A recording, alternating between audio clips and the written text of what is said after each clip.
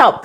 Do not scroll past this video, because in this video, we're going to be breaking down how and the cost implication of any business model that you choose.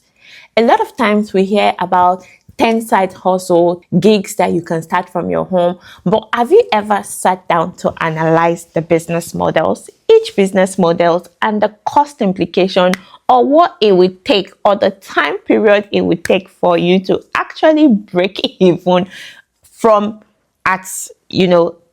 the choosing business model that you decide to go with? So my name is Bridget. Welcome to Bridge Tribe, and in this community we talk about intentional parenting, we talk about finances, building wealth, we talk about motherhood and lifestyle. If you have not subscribed to this channel, I want you to hit the subscribe button, click the link, share this video, and turn on the notification bell, and let's go on a journey. Come and fly away with me. Come and fly away with me. All right, so a lot of times we hear about different businesses, different strategies, and we hear or see a lot of videos talking about multiple streams of income or businesses or side hustles that we can start, right? In my last video, I broke down 10 side hustles that you can actually start from home as a mom. But now let's even think about breaking down and comparing different business models. So in this video, I'm going to help you analyze the cost of starting a business, the business model, breaking down the cost and the time it would take to break even from, and this will help you make a decision, because a lot of times there's so many questions and you really do not know what time this business model going to be profitable for me, what is the effort that I have to put in before I break even, So we're going to be doing that because I'm your financial bestie, and we're here to succeed. So I make sure to write down and note down each point, because I don't want to miss any very important point. So when you see me look down, just know that I'm checking out my points, because I don't want to miss out any points, right? Now, make sure you watch this video to the end, because you do not want to miss maybe the 6th business or the 5th business is the one that now actually is favorable to you. So make sure you watch this video till the end. Now, number one business model that we're going to dive right into is starting a YouTube channel. In 2024, everybody's starting a YouTube channel because it is, something that you can start from home. It's a business model that it's actually very, very helpful for moms like me who work from home, and you're looking for, a side hustle that does not require you to drive out of your house, But we want to look at analyzing starting a business, a YouTube channel. What is the cost implication of starting a YouTube channel? What do you require? And how long would it take you typically to break even, right? Now, you see a lot of people who make money on YouTube, and you're like, oh my God, I want to make money on YouTube. I'm going to make money on YouTube. So let's break it down. The effort that you have to put into building a YouTube channel. Now, number one is that you need a phone, right? So you just need a good phone, a phone that's going to give your video clarity. So I'm talking about an iPhone, probably a Samsung. If you're somebody who really wants, to take your YouTube channel to the next level, you want to start up with a phone that, is going to give you a lot of, clear videos, all of that. So we're talking nothing less than, in dollars, we're saying maybe a phone of $500, right? Or if you buy it, I recommend buying it like a thrift, right? You buy it in maybe, all these resale stores or something, buy it off of somebody. So you can actually say you're buying this iPhone, maybe iPhone 13 or iPhone 12 for about $300 to $500, right? So that is it. And then you want to get a light, just a regular light, just something small. So lights will cost you about $100 or $50, right? That's the cost of a light. Most times you want to use your regular sunlight, so you can actually say you can take out the cost of buying a light, when starting a YouTube channel, and just make sure you film during the day. Now, after that, that is the easiest part of it. I think buying the equipment is the easiest part of it.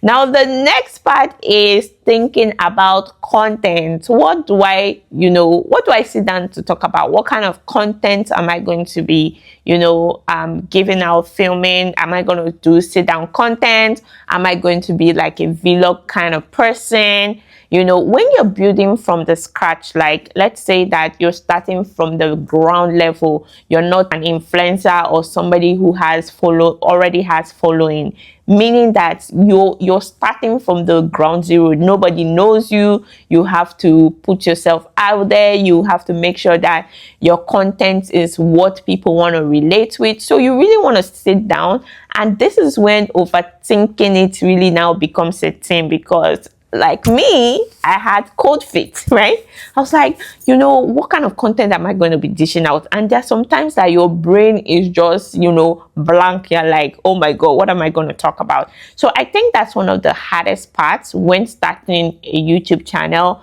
What kind of content would be relatable to my audience? How do I push out this content? Am I confident to speak, into an audience? All of those things are things that you should look out for. Now, another part that you want to look out for and that people do not really talk about is consistency. Right? Every business is going to require you to be consistent, right? So it means that there are going to be days that you do not want to show up. There are going to be days that you're tired. You really want to, you're going to have to show up if you want to keep, posting. So be it, you have to decide how consistent am I going to be? And the rate of your consistency is going to determine how faster you are going to grow. Right? Because out of sight is out of mind, right? So you want to be in the face of your audience. You want to be in the face of people. So you're going to decide, am I going to be filming and posting 3 times a week or 4 times a week? And realistically, thinking about realistically, how is that doable, right? Posting 4 times a week on YouTube. It's a lot of work. So starting a YouTube channel, when you really look into it, it's a lot of hard work.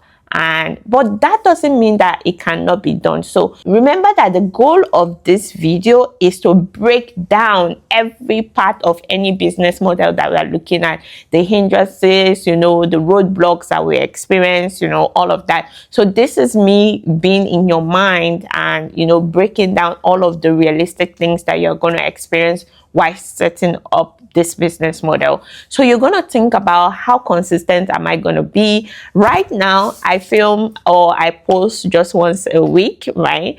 And I'm building up, I'm like, okay, I have to improve my consistency. Probably I have to post 2 times and, but that is the reality of starting a YouTube channel. Now, how long does it take you to become monetized? To become monetized on YouTube, you need at least 1,000 subscribers and 4,000 watch hours. Girl, do you know how hard it is to get 4,000 watch hours? I've seen people on YouTube who have been consistent on YouTube for 4 years and they still haven't been monetized. I've seen people also who, have just, started YouTube and in 1, 2, 3 months, they're already monetized. So again, the bottom line is it's going to be tough for some people. And if you're looking for fast cash flow, if you're looking for a business that, I want to break even quickly, I want to start making money quickly, you really want to sit down and analyze. And every business is going to require hard work, right? So that is YouTube. Now we're going to go into the next business model, which is business model number 2.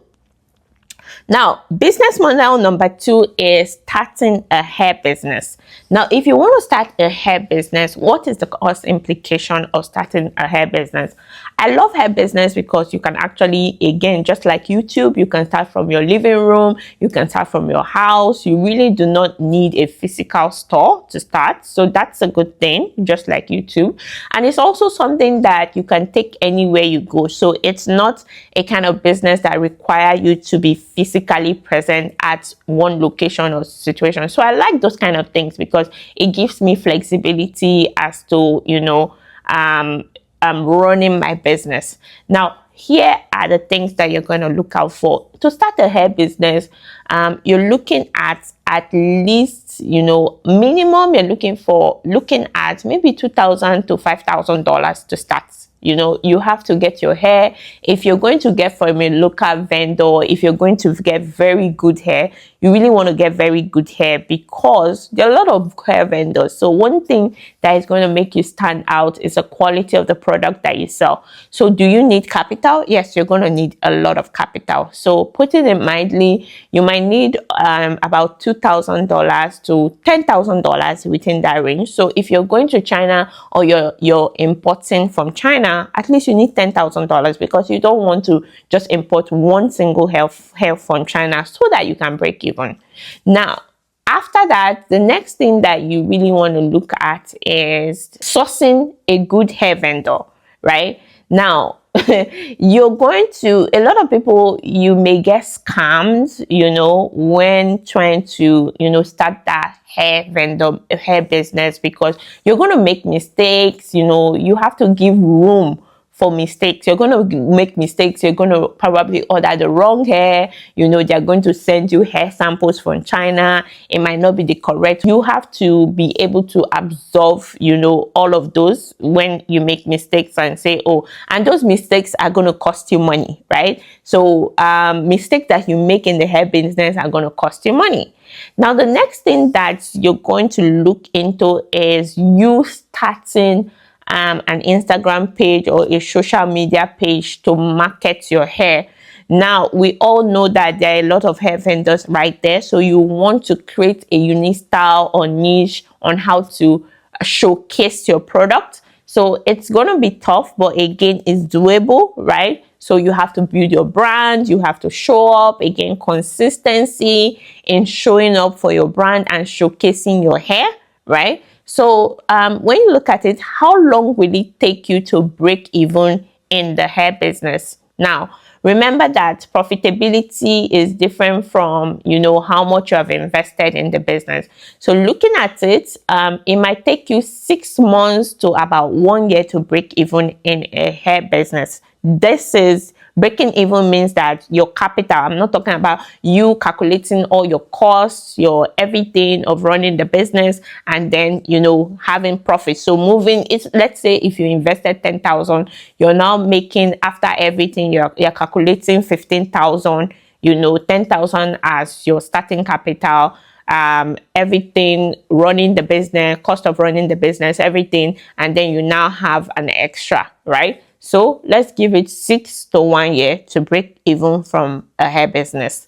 Now, the third type of business that we're going to be analyzing is again, this is more specific to, let's say, those living abroad. If you want to open an African store, right? Or if you're in Nigeria, you're opening a food business. How long? What is required of you to open a food business? So I'm going to use, the concept might be the same. So if you're not living abroad, Canada and, United States, and you're living in Nigeria, you can just apply the same concept, use the ideas. Now, with you opening an African store in America, what is required of you? Number one, you're going to need a store, right? You're going to need a shop, right? So you might need to rent a store. I know some people who, I bought something from a woman who sells her food stuff from her house, But those cases are really very, like, you're going to have 1 out of 10 cases, or you're going to have 2 out of 10 cases. So most times you want to open a store when you're opening an African food business. So first, so you're going to take into consideration the cost of renting the store. Number 2, you have to properly register the business, right? Now, once you have a store and something that is very public, you want to register the business. Number 3 is now you have to buy maybe a refrigerator, because it's food items, right? So you have to buy like an industrial refrigerator. How much are we looking at? We're looking at something, say 5,000 to 10,000 or 2,000. Let's say 2,000, 5,000 or 10,000, depending on how brand new, or where you're getting it from. You probably got it from a thrift, all of that. So now you're getting your refrigerator. The next thing you're going to want to source is the food stuff. So I know that a lot of African stores, they import food from back home. So you want to look at the cost of importing these food items. You want to look at, if you want to locally source these food items, you want to also look at the cost of that. So you're starting with stocking the store with nothing less than $3,000 to $5,000 if you're really starting small. And this is me just being nice, because you really need a huge capital. You're talking about $10,000, right? So far we have calculated close to like $20,000 to $25,000 starting the African store business. Now, the thing about African store, or the thing about having a shop, is that now you have to be physically present in that store, or you will have to now employ somebody who has to be there, right? So if you know that the goal of starting a business is to have multiple streams of income.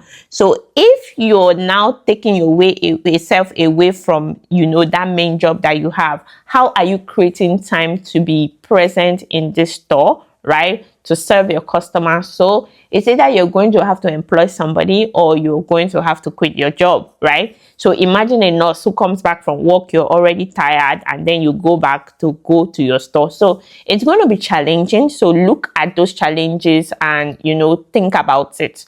Now, the next thing is that even apart from you being physically present at the store, now you have to market your store, right? How are you going to market? How are you going to advertise your store? Because people now have to know that there's a store there. So it's going to be either word of mouth, or you're going to, any way you need to advertise. I don't know. I don't see a lot of people. I don't know if you have to create a video, or, create an Instagram page, probably for, when you are sourcing and exporting, you might need to create an Instagram page. But most times you're advertising within your local area, so that those around you can shop for it.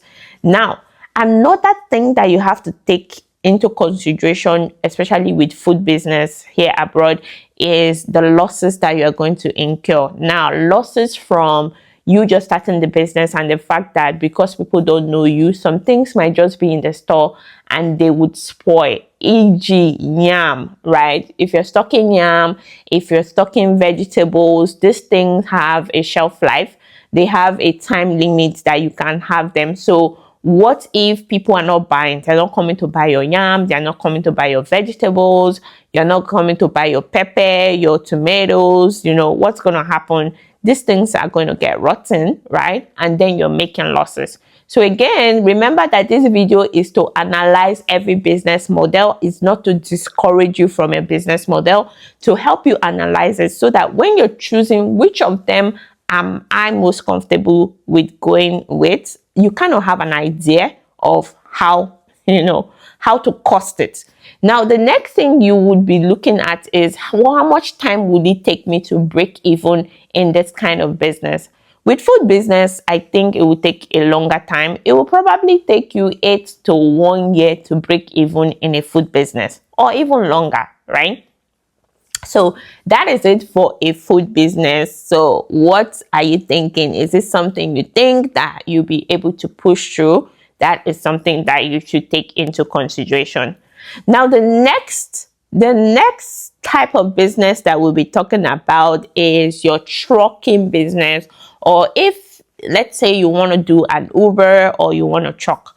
Now for trucking businesses, you need a huge capital. So you're looking at, if you're thinking of buying a truck, you're looking at taking a loan, or if you have cash, you're thinking of nothing less than say $40,000 to buy a truck, register the truck, get insurance on the truck, all those costs. So that is it for a food business. So what are you thinking? Is this something you think that you'll be able to push through?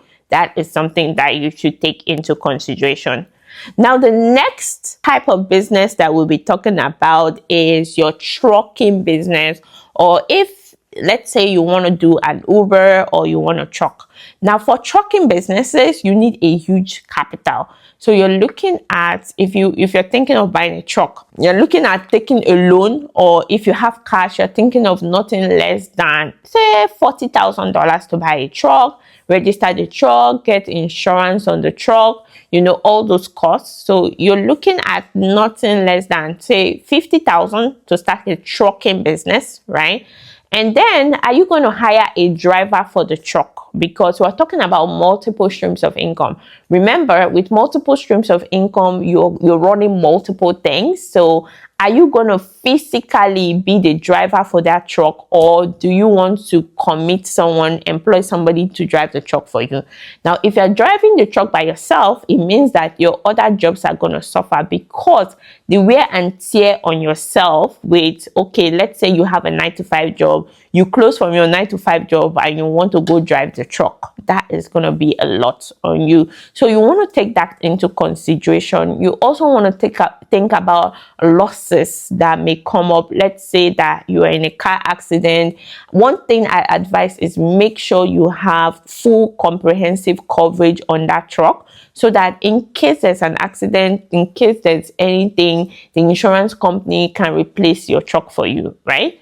Now let's talk about Uber, right? If you're an Uber driver, if you're thinking of going into Uber, I know that Uber is also something that is flexible, so you can actually decide what times you want to drive. But looking at it as a multiple stream of income and thinking about your 9-to-5 job, and the fact that in order for you to do Uber, you have to commit time. It's not like something you can do side by side. So it's either you're closing from your 9-to-5 job and then going to drive Uber, or so that is something you need to take into consideration. Is that profitable? Yes. But some of the dangers of Uber driving is the fact that you don't even know the person you're carrying, all those risks. But again, there's no business without risk, so it is not that bad. This video is to help you analyze all of these business models in order for you to reach a decision that which one do you think I can do, right? Yes. So with Uber or with trucking, it's going to take you a while. If you get a truck, it might take you 6 to 1 year to break even, or even longer, right? Because now you have to repay the loan. If you took a loan for $40,000, there's a repayment time. However, you may have daily cash flow, which is good, right? So that is also a good thing. Don't forget to like this video, subscribe. If you haven't subscribed, what are you waiting for? Subscribe, and don't miss out on the 6th business model. Now, the 5th business model is real estate. Everybody talks about real estate. I personally love real estate. And when people come to me and tell me, Bridget, I want to do real estate, I tell them that real estate is a business that you need to have a lot of cash, right? Cash that you're ready to forget. Capital that you're ready to forget. So it's not a business that you're thinking about, let me make profit now. Real estate is a long-term strategy. So for example, there are different parts or different sides of real estate. Number one is either you want to do fix and flip, right? So with the fix and flip model, you're buying a house for cheap and then you're fixing it and then you're selling it. So time will be like six to 1 year for you to fix the house, because you have to deal with contractors, you're going to deal with repair people. Me, I don't do fix and flip, because I don't even have the time to be chasing people, all these contractors, because they would disappoint you. So I'm still taking my time to go into that, even though it's profitable. I'm like, do I really have the time to chase around all of these contractors to get the work done and done the way you want it and within the time frame? So that's something you want to take into consideration. Do you have the time? What are the mistakes that you're going to make? Because mistakes are going to be expensive. Let's say that you wanted this space remodeled like this and they do a bad job, you have to take it down, you have to pay money. So that is why I said real estate is going to cost you money. So for somebody who has no money to invest, or somebody who is looking for a low capital business, real estate might not be the way to go. However, I love real estate. It's a amazing strategy to build wealth.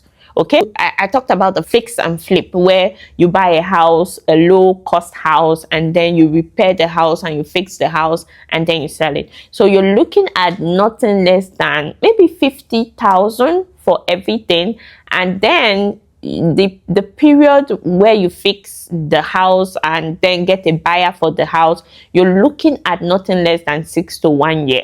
Right? So you have to invest and sink that huge capital into the project for at least 6 to 1 year. So be ready for your capital to be tied down, right? But by the time you sell the house, you're going to get a lot of profit. So is that the business model you want to go with? Now, again, with real estate, you also have the type of people who are doing Airbnbs, right? So that's why I said there are different aspects of real estate. So you really want to know which one you want to do. So with Airbnbs, what you're typically doing is that you are buying this property and then you furnish the property and then you list the property and begin to rent it out. Now, this one will give you more like cash flow and recurring passive income, because you're going to rent the house. So I really like the Airbnb strategy for people who are looking for cash flow, quick cash flow, recurring cash flow, but also knows that there's some downside, which is, do you have the time to come back every time, clean the house, list the house, all of that? So you want to look into it, right? The third type of real estate is people who buy and hold and then rental properties, which is what I do. Now, I buy a property and then I rent out the property, and the rent pays the mortgage of the property plus gives me a portion monthly as passive income, right? So it's, again, remember that you have to have the money or the capital to buy this property, and you're buying to hold, like you're going to wait a long period. So you're looking at a 30-year, or you're looking at 25 years, somebody paying you rent. So again, you have to decide which one are you doing. If you're somebody who's looking for fast cash, real estate might not be the thing. Real estate will give you small money because you invested this huge capital. So you're not going to get that huge, So you're saying, I'm looking for something that will give me money. Nah. It's not real estate, right? Real estate is long term. Now, the next business, which is the sixth business that we're going to be looking at. But before we go there, make sure again that you are subscribed to this channel. If I brought you value, if I was able to help you analyze and break down each business model, please give me a thumbs up, comment which of this business model was best for you, and also write different business model you want us to look into, right, in our next video. Now, in our sixth video, we're going to talk about financial services. Now, this might not work too well for people who do not live abroad, but given my experience in financial services, this is the most low cost business that you can ever start, and that will give you high returns. So I tell people that if you're looking for a business, if you don't have a huge capital, if you're a busy mom looking for something you can do on the side that will not take your time off your children, if you're looking for, a business that you get a lot of mentorship and support and hand holding, if you're looking for a business that is, I think financial services it's the best. It's one of the best businesses out there, because what you're doing is doing consultation, you're teaching, you're helping people grow their money. And if you look at the statistics of all of the businesses and say which business makes the most millionaires, especially in America, is financial services, right? So with financial services here in America, what you need is typically less than $500 to start this business. Now, I'm going to break down what the $500 is going to cover. First of all, you're going to take a license exam. Unlike people who go to school, take a student loan of, how much, or go into debt, guess what? You need just about $30 or $40 to take the study course. To take the study course to start your financial services career. So when you take the study course, the board of the states will give you a board exam, and I'm talking specifically about the United States of America. I don't know how it operates back in other countries, but this one is more specific to the United States. So you're going to take you're going to get the course, and with the course, it depends on how hungry you are, or how you can assimilate, or how fast you want to study. I've seen people study this course for 2 weeks. I've seen people study it for 1 week. So imagine taking a course for 1 week and sitting for the board exam. Now for the board exam, it's going to cost you about $60 for my state, which is Maryland, to take the board exam. So imagine $30 or $40 for $60. So that's $100. And then the only other thing you need is an insurance to cover your business, which will cost you about $400 per year. So in totality, to set up a financial service business, you're spending just $500.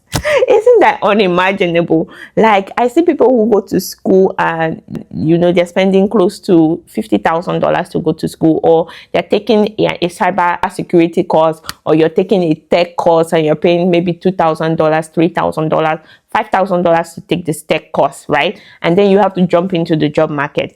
Now, with my experience, the financial service industry is so huge that people are constantly looking for people to work with. So I tell mothers who, if you're just coming into the United States, you're looking for a job that you can work from home. If you're a mom looking for a side hustle that you can work from home, financial services is the real deal. And the money you are able to generate from this stream of income is mind-blowing. You get a lot of support, you get a lot of mentorship, So I'm a financial professional, I'm a financial coach. That's one of the things I do. And that's, I'm able to mentor people, or women or men, who want to set this up as a side hustle. And, the returns on investment, you can start making returns as early as 1 month into the business, and you can gross over $500K, $1 million in a year. So imagine a cost you took for less than 500 and you're making close to 1 million. I know some of my mentors who make it's multiple streams. And with financial services, there are 3 types of income. You're going to make that passive income, you're going to make leverage income, and you're going to make recurring income. So the opportunity with financial servicing is mind-blowing, and it's off the hook. So if you're in the US and you want me to coach you for financial services, and you're serious about starting a side hustle from home with less than 500, just say, I'm ready to start, and I'm going to send you, I'm going to chat you up and set up a meeting, that we can talk more, and I break down all of that. Now, in this video, we broke down 6 business models, and I hope that I've been able to help you analyze. A lot of time, decision making and not knowing where to start from can be a hustle for why you're not starting that side hustle. So if I helped you, if this video helped give you clarity, give me a thumbs up, subscribe to this video, and share other business models that we can analyze in our next video. Thank you, and bye. Come and fly away with me. Come and fly away.